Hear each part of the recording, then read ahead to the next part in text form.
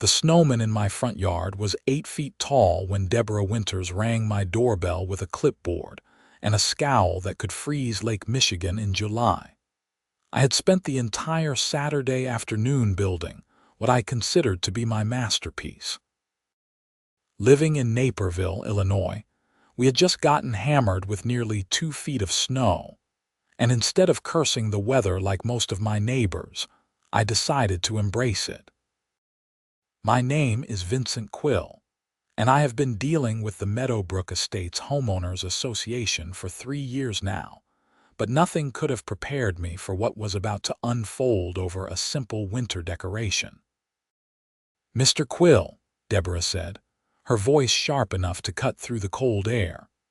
She was probably in her mid-50s, with blonde highlights that looked like they cost more than my monthly utility bill, and a puffy white coat that made her look like an overstuffed marshmallow. "I need to speak with you about your front yard." I wiped my hands on my jeans and stepped onto the porch, my breath forming clouds in the frigid air. "What about it?" She gestured dramatically at my snowman. My snowman." "Your code violation," she corrected, tapping her pen against the clipboard. "According to Meadowbrook Estates HOA Guidelines, Section 7, Subsection 3, all temporary yard decorations cannot exceed 6 feet in height. Your snowman is clearly in violation." I stared at her, waiting for her to crack a smile or admit she was joking. She did not.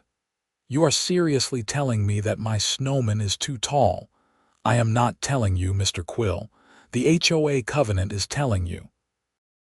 I am simply here to deliver the notice and inform you that you have 48 hours to bring your property into compliance, or you will face a fine of $250. She handed me a printed notice with the HOA letterhead, complete with my address and a description of the violation. Under the description, someone had written in all caps, "Snowman exceeds maximum height allowance." "This is insane," I said, reading the notice again to make sure I was not hallucinating. "It is just a snowman. It will melt in a few days anyway. The covenant does not make exceptions based on the temporary nature of decorations. Halloween inflatables, Christmas displays, and yes, snowmen all fall under the same rules. 48 hours, Mr. Quill." She turned on her heel and walked back down my driveway, leaving perfectly spaced footprints in the snow. I stood there holding the notice, watching her climb into her pristine white SUV.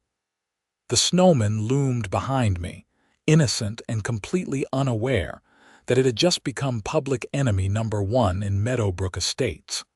My wife Sarah would have found this hilarious. She had passed away 2 years ago from cancer, and one of the things she always loved about winter was building snowmen with me.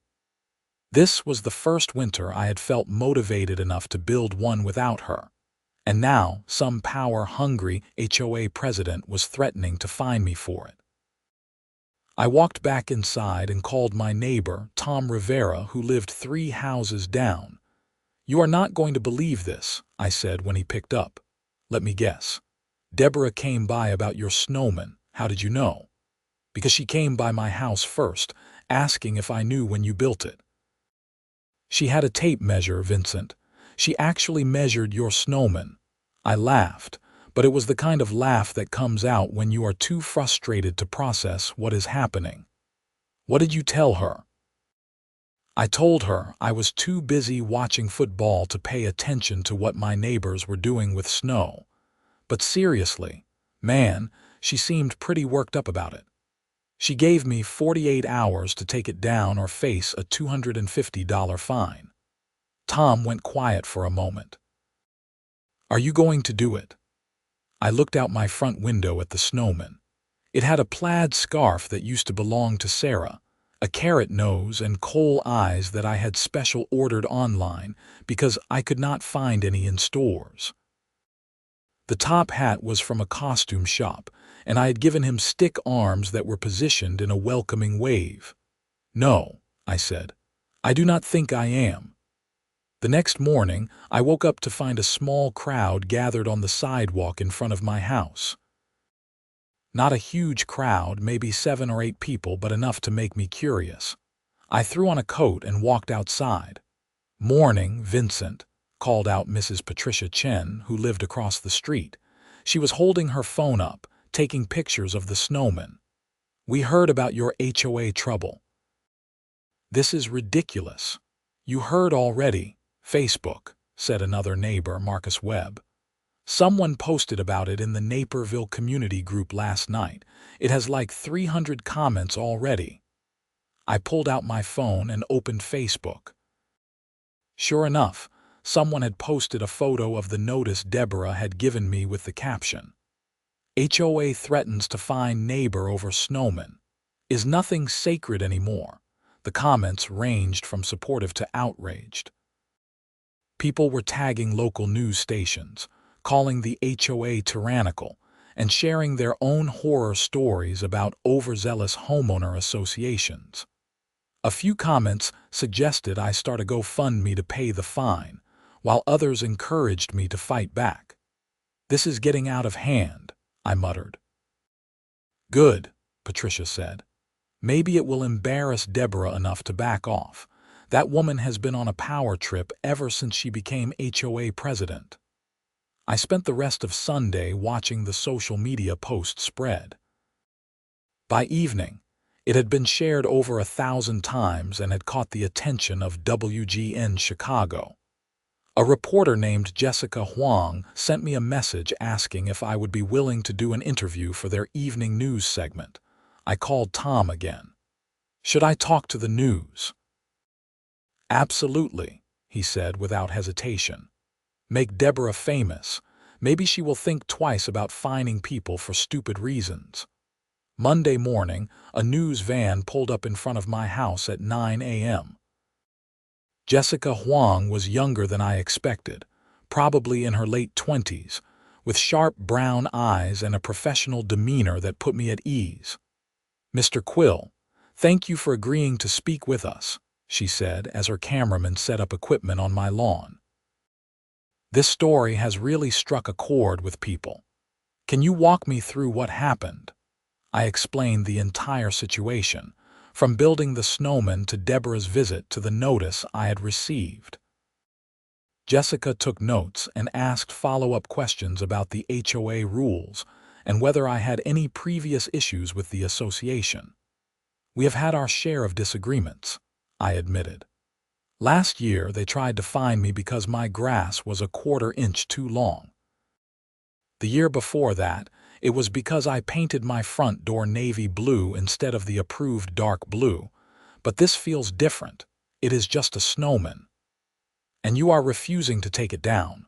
"I am. It means something to me. My wife and I used to build snowmen every winter.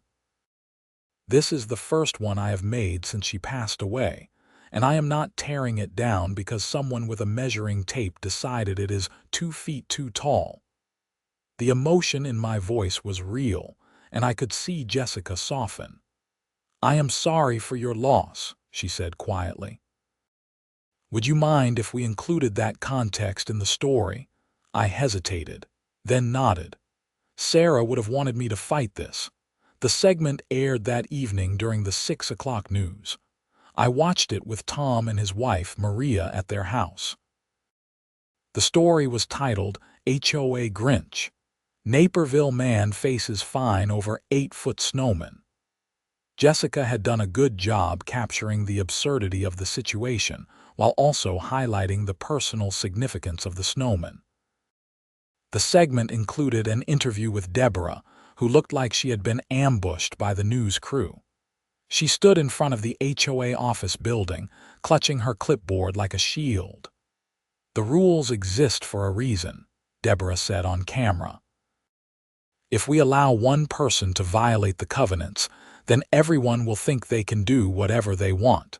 It is about maintaining property values and community standards." "But it is a snowman," Jessica said. "A temporary decoration that will melt on its own." "Do you really think this is worth fining a resident?" "The height restrictions apply to all decorations. temporary or not. Mr. Quill knew the rules when he moved into Meadowbrook Estates. The interview made Deborah look exactly as unreasonable as she sounded.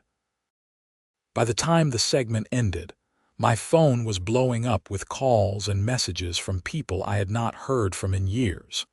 Tuesday morning, I woke up to find my snowman had company. At some point during the night, neighbors had built 4 more snowmen in my yard, each one progressively taller than the last. The tallest one had to be at least 10 feet high and had a sign taped to it that read, "Frosty stands with Vincent." I walked outside in my pajamas and bathrobe, staring at the winter army that had assembled on my lawn. Patricia was standing on the sidewalk with a thermos of coffee, grinning. "Surprise," she said. "We figured if Deborah wants to fine you for one snowman, we might as well give her a whole family to worry about." "Who did this?" "Half the neighborhood. Tom organized it. We started around midnight and finished around 3 a.m. I have not had that much fun in years." I did not know whether to laugh or cry. The show of solidarity was overwhelming, and for the first time since Sarah died, I felt like I was part of a community again. By noon, the news vans were back. Not just WGN this time, but ABC, CBS, and even a crew from CNN who happened to be in Chicago covering another story. My quiet suburban street had turned into a media circus, with reporters interviewing neighbors, filming the snowman, and trying to get another statement from Deborah. Deborah, for her part, was doubling down. She issued a statement through the HOA board announcing that I would be fined not just for my original snowman, but for all 5 snowmen now occupying my yard. The total fine had ballooned to $1,250. "This is harassment," I told Jessica Huang during a follow-up interview. "She is abusing her authority because she is embarrassed that people are calling her out. Have you considered taking legal action?" "I have an appointment with a lawyer tomorrow," I said, which was true. Tom had recommended an attorney named Brian Moss, who specialized in HOA disputes. Wednesday afternoon, I sat in Brian Moss's office in downtown Naperville, explaining the situation for what felt like the 100th time. Brian was in his early 40s, with graying hair and a calm confidence that made me feel like I was in good hands. "The good news is that you have a strong case," Brian said, leaning back in his chair. "HOA covenants are enforceable, but they have to be reasonable and applied consistently. If Deborah is targeting you specifically while ignoring similar violations by other residents, that is selective enforcement, and we can argue that in court. What about the fines? Do not pay them. Once you pay, you are essentially admitting that the fines are valid. We will file a motion to challenge the fines and request a hearing with the HOA board. In the meantime, I will send Deborah a letter informing her that you are represented by counsel and that any further communication needs to go through me." I left Brian's office feeling cautiously optimistic. At least I had someone in my corner who knew how to fight back. The snowman became a local attraction. People started driving by my house to take pictures, and a local coffee shop began selling Team Snowman T-shirts with a cartoon version of Frosty giving a thumbs up. The proceeds were donated to a cancer charity in Sarah's name, which made the whole thing feel even more surreal. On Thursday, Deborah made her first major mistake. She called the police. I was inside eating lunch when I heard a knock on the door. 2 Naperville police officers stood on my porch, looking apologetic. "Mr. Quill, I am Officer Stevens and this is Officer Park.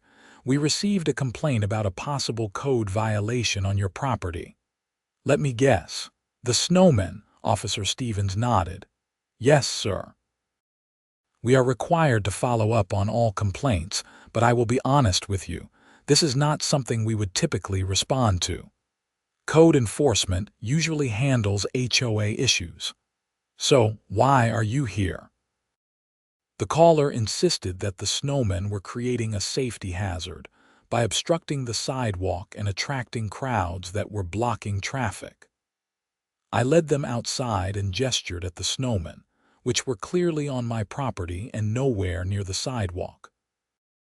The street was empty except for one car driving by slowly, the passengers waving at the snowmen. "Does this look like a safety hazard to you?" I asked. Officer Park shook his head. "No, sir, it does not. We will file a report stating that there is no violation of any city ordinances." For what it is worth, I think this whole thing is ridiculous. My kids love your snowmen. After the officers left, I called Brian Moss and told him what had happened. "That is harassment," Brian said immediately, calling the police for a non-emergency, making false claims about safety hazards. "This is escalating in a way that actually works in our favor. Keep documenting everything." Friday brought another development. The HOA board scheduled an emergency meeting for Saturday morning to address what they called the ongoing disruption in Meadowbrook Estates. Residents were invited to attend, and Brian advised me to go but to let him do most of the talking. Saturday morning, the Meadowbrook Estates Community Center was packed. I had never seen this many people show up for an HOA meeting. The room was set up with rows of folding chairs facing a long table where Deborah sat with 4 other board members. Deborah called the meeting to order, her voice tight with barely controlled frustration.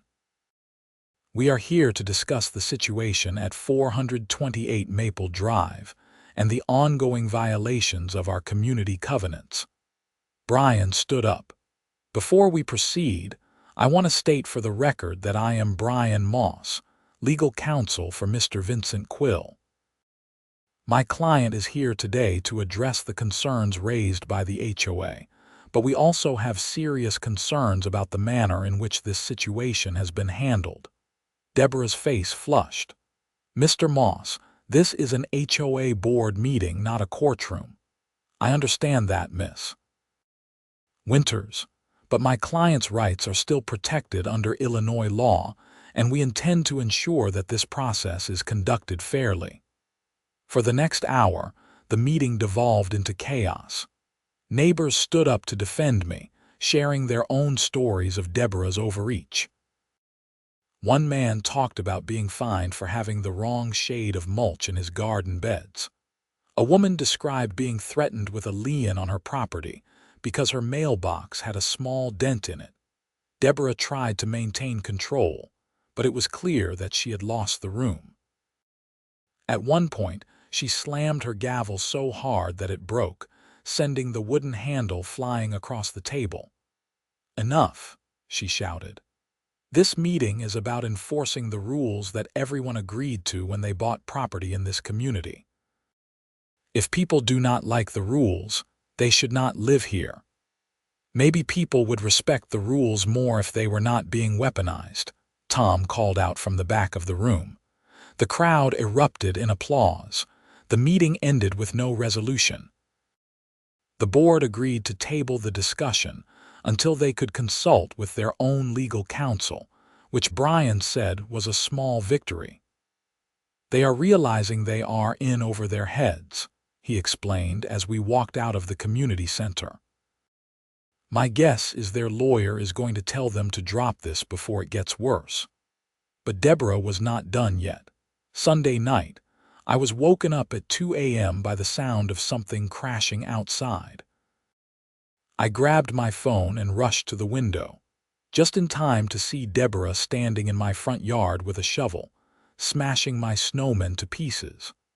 I fumbled for my phone and started recording as Deborah swung the shovel like a baseball bat, decapitating the first snowman and moving on to the second. She was screaming something I could not quite make out, her breath coming in heavy gasps as she demolished each frozen figure. "What are you doing?" I shouted, throwing open my front door. She spun around, her face wild in the glow of the streetlights. "Taking care of this myself since no one else will. You are destroying my property. They are snowmen. They are not property." I kept recording as she continued her rampage. By the time she finished, all 5 snowmen were reduced to piles of snow and scattered accessories. She stood in the middle of my yard, panting, the shovel dangling from her hand. "You are insane," I said. "I am enforcing the rules," she shot back, but her voice cracked. She looked around at the destruction she had caused, and for a moment I saw something like regret flash across her face. Then she turned and walked back to her SUV, tossing the shovel into the back. I called the police immediately. The same officers from Thursday showed up, and this time they were not apologetic. "Mr. Quill, did you get video of this?" Officer Stevens asked. "Every second of it." "Can you send that to me? We are going to need to file a report for property destruction and trespassing." "Are you going to arrest her?" Officer Park exchanged a glance with his partner. "We will need to review the video and get a statement from Miss Winters, but yes, charges will likely be filed." The video went viral within hours. I had posted it to Facebook without much thought, still half asleep and angry, and by morning it had been viewed over 1 million times. News outlets picked it up, and suddenly the story was not just local anymore. National media was covering the HOA president's Snowman meltdown, with legal experts weighing in on potential charges and the abuse of HOA authority. Deborah was arrested Monday afternoon and charged with criminal trespassing and criminal damage to property. The mugshot that circulated online showed a woman who looked nothing like the composed, controlling HOA president who had knocked on my door just a week earlier. She looked exhausted and defeated. The HOA board held an emergency meeting without Deborah and issued a public apology. They rescinded all fines against me, announced that they would be reviewing their covenant enforcement policies, and asked Deborah to resign as president. She submitted her resignation the next day. Brian Moss advised me that I could pursue a civil lawsuit for harassment and emotional distress, but I decided against it. Deborah had humiliated herself enough, and I was not interested in dragging this out any longer. The criminal case moved through the system faster than I expected. Deborah pleaded guilty to both charges in exchange for a sentence of probation, community service, and mandatory anger management counseling. She was also ordered to pay restitution for the cost of the decorations she destroyed. I rebuilt the snowmen with help from the neighbors. This time, we made them even taller, and no one from the HOA said a word. Winter turned to spring, and the snowmen eventually melted as they were always going to.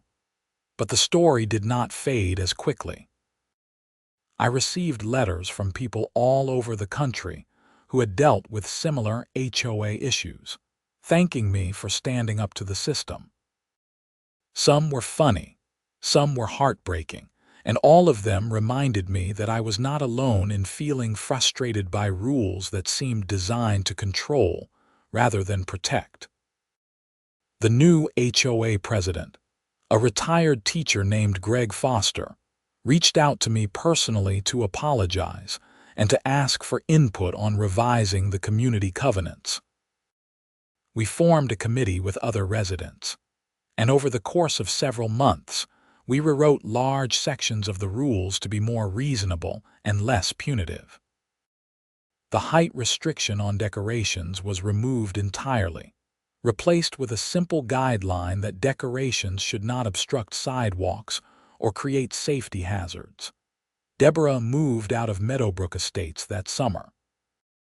I heard through the neighborhood grapevine that she and her husband bought a condo in downtown Chicago. I never spoke to her again, and I was fine with that. Tom and I became closer friends through the whole ordeal. We started a tradition of building elaborate snowmen every winter, each one more creative than the last. The local news still comes by occasionally to cover our creations, and it always makes me smile to think about how something so simple became a rallying point for an entire community. I think Sarah would have loved the way everything turned out. She always believed in standing up for what mattered, even when it was not easy. The Snowman was never really about the snowman. It was about refusing to let someone else dictate what brought joy into my life. It was about community and connection, and remembering that sometimes the smallest acts of resistance can lead to real change.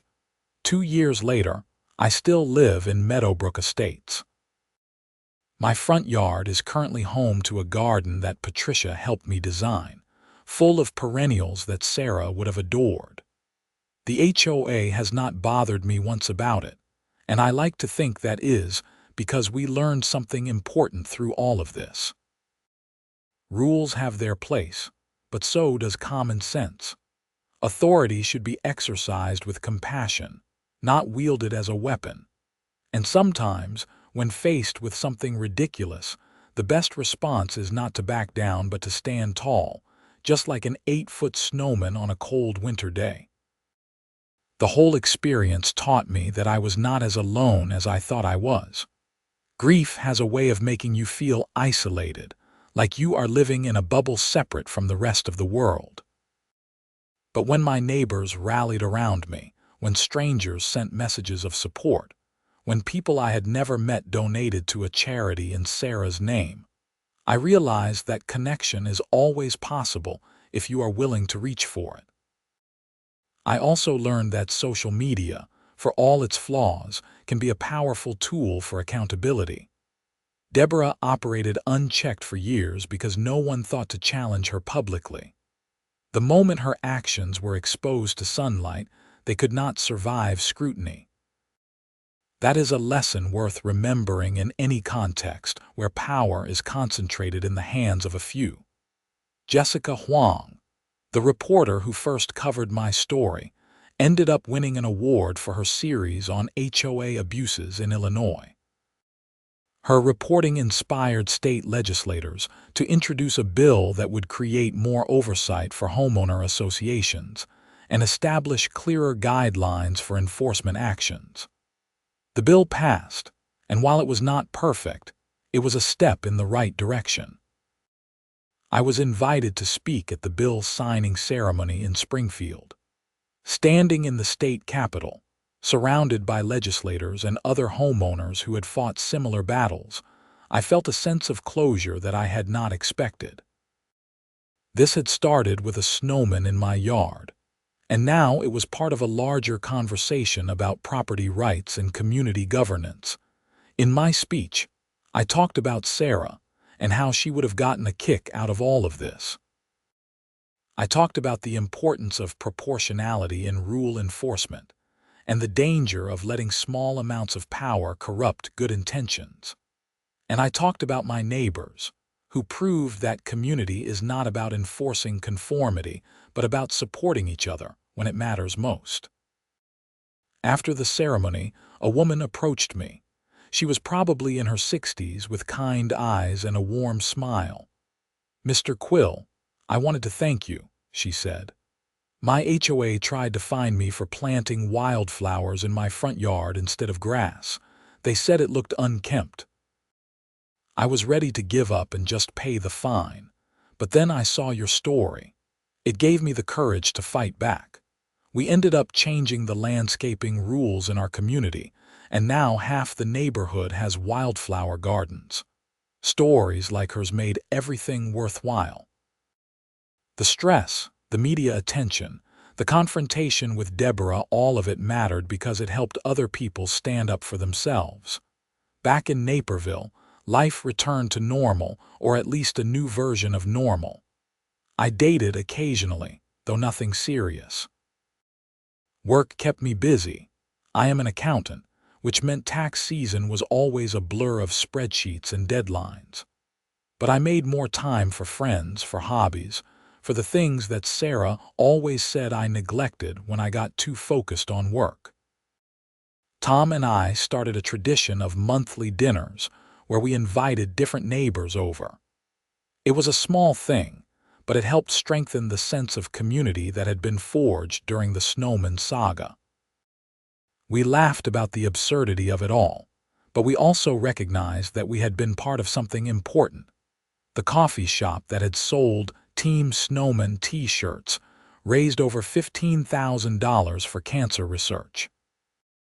They presented me with a giant check during a small ceremony, and I broke down crying in front of everyone. It was not sad crying, though. It was grateful crying, the kind that comes when you realize that something painful has been transformed into something meaningful. I framed the original HOA violation notice and hung it in my office. Whenever I have a bad day, I look at it and remember that even the most ridiculous obstacles can be overcome with a little stubbornness and a lot of community support. Deborah's story had a somewhat redemptive ending, though I only learned about it secondhand. After completing her community service and anger management program, she apparently volunteered with a nonprofit that helped low-income families navigate housing issues. Someone who knew her told me that the whole experience had been a wake-up call, that she realized how much damage she had caused by treating people like problems to be managed rather than neighbors to be supported. I do not know if that is true, and I do not particularly care.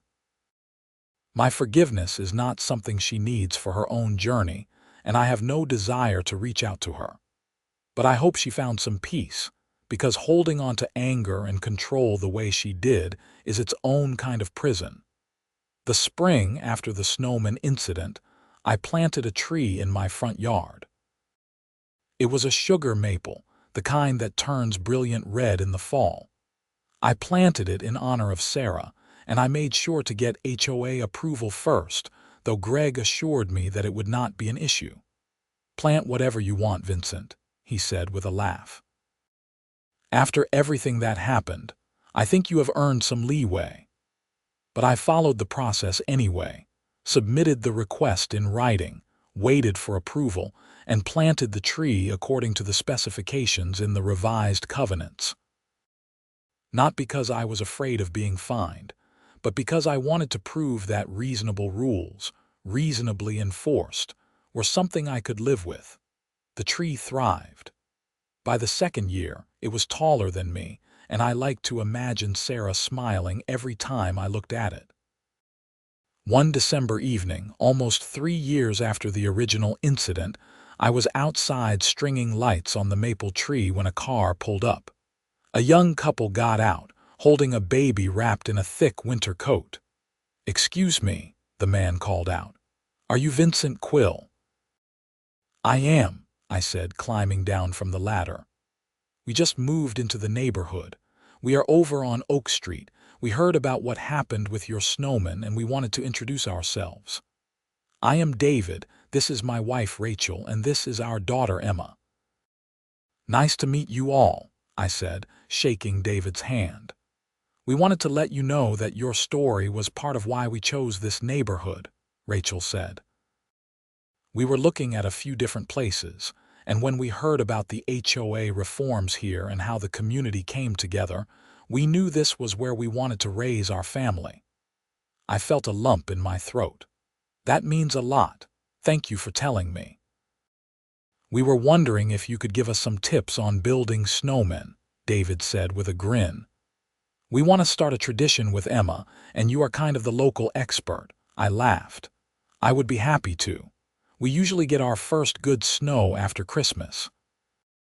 Come find me when it happens, and we will build something great."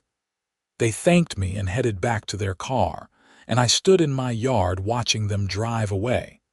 The lights on the maple tree twinkled in the growing darkness, and somewhere above, I like to think Sarah was watching too. The story of the snowman became part of the neighborhood lore, the kind of tale that gets passed down and embellished with each retelling. Kids who were not even born when it happened knew about the time Mr. Quill stood up to the mean HOA lady.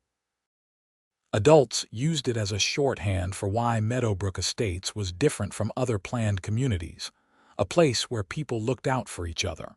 I never intended to become some kind of local folk hero. I just wanted to build a snowman.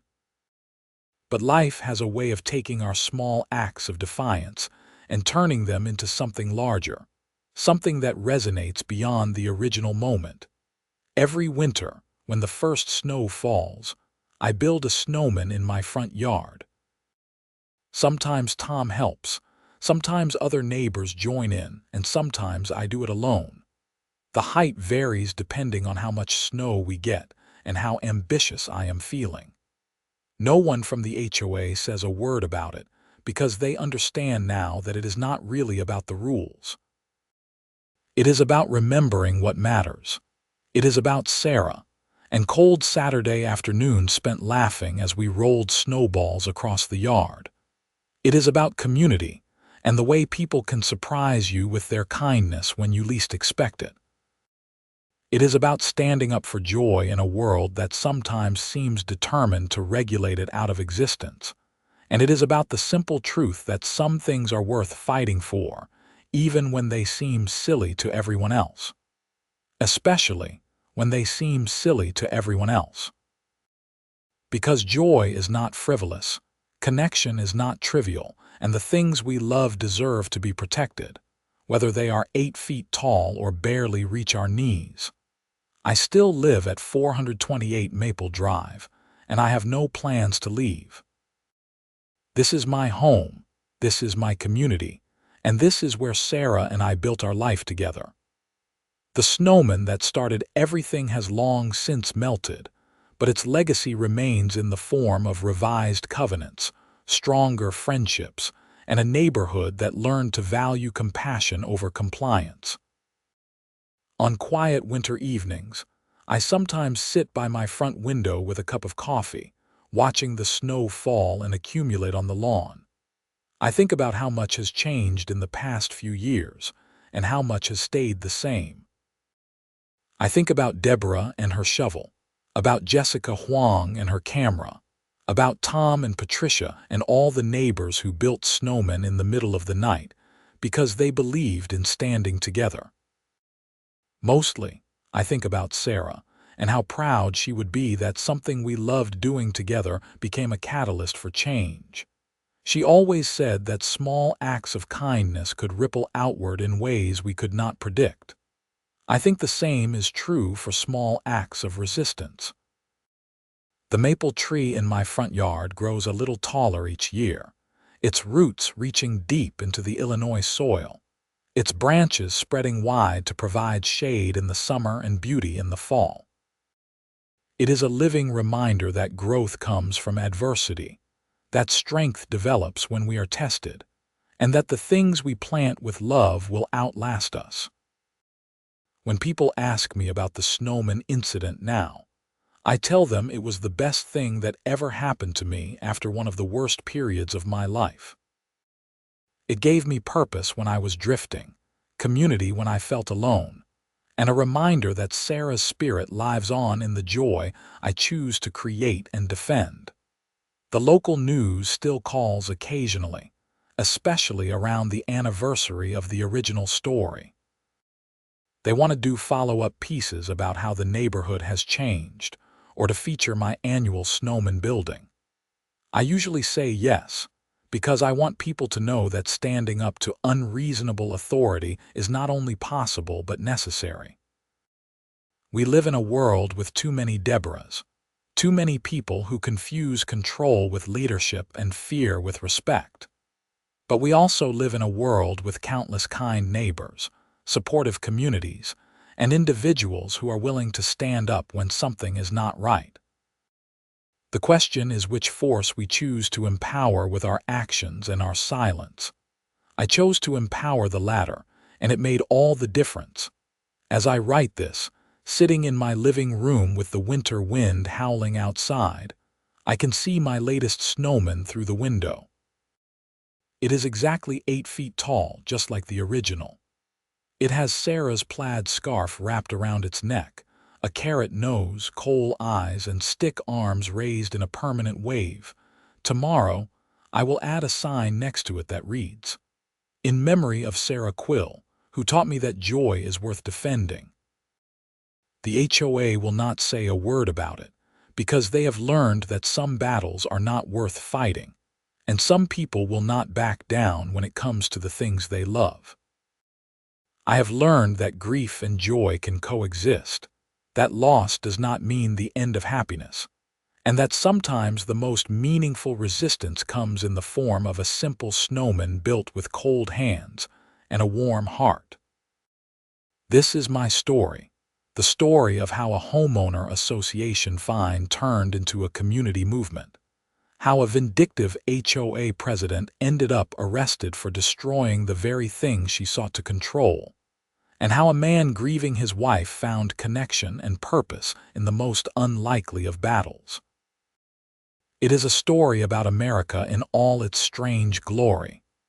The regulations that bind us, the freedoms we cherish, the communities we build, and the individuals who remind us that common sense and compassion should always trump blind adherence to rules.